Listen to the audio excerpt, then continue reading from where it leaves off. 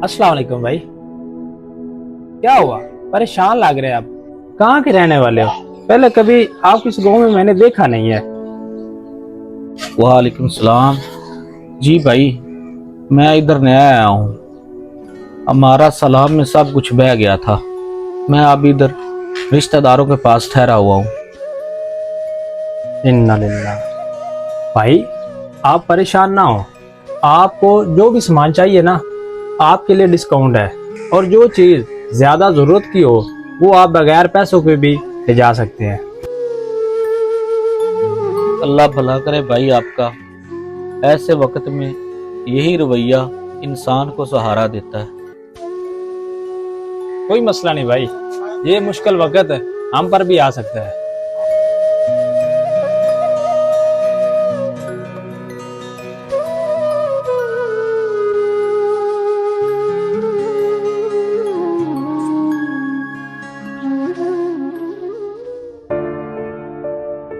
रियाज भाई, आप दुकान पे गए थे?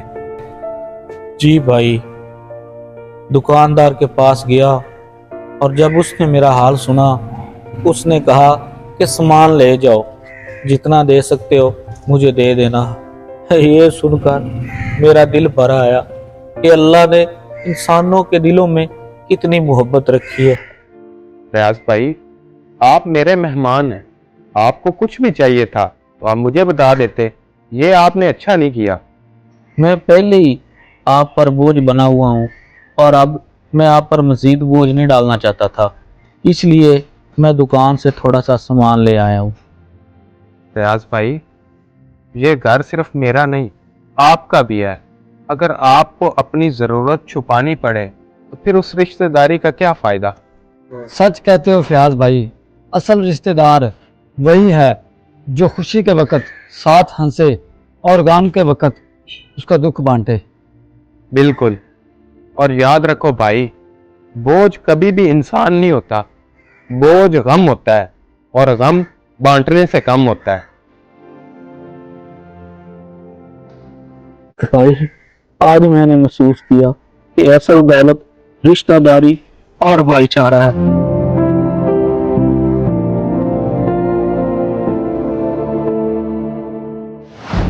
रियाज भाई, ये सब कुछ आपके लिए है। हम सब ने सोचा है कि आपका घर भी मिलकर दोबारा हम बनाएंगे। रियाज भाई, आप अपने घर वापस जाएं, लेकिन खाली हाथ नहीं। ये सारा सामान भी ले जाएं और मेरी तरफ से एक भैंस भी। अल्लाह की कसम भाइयों, मैं सब कुछ खो कर आया था और यहाँ से इंसानियत और भाईचारा पाकर जा रहा हूँ।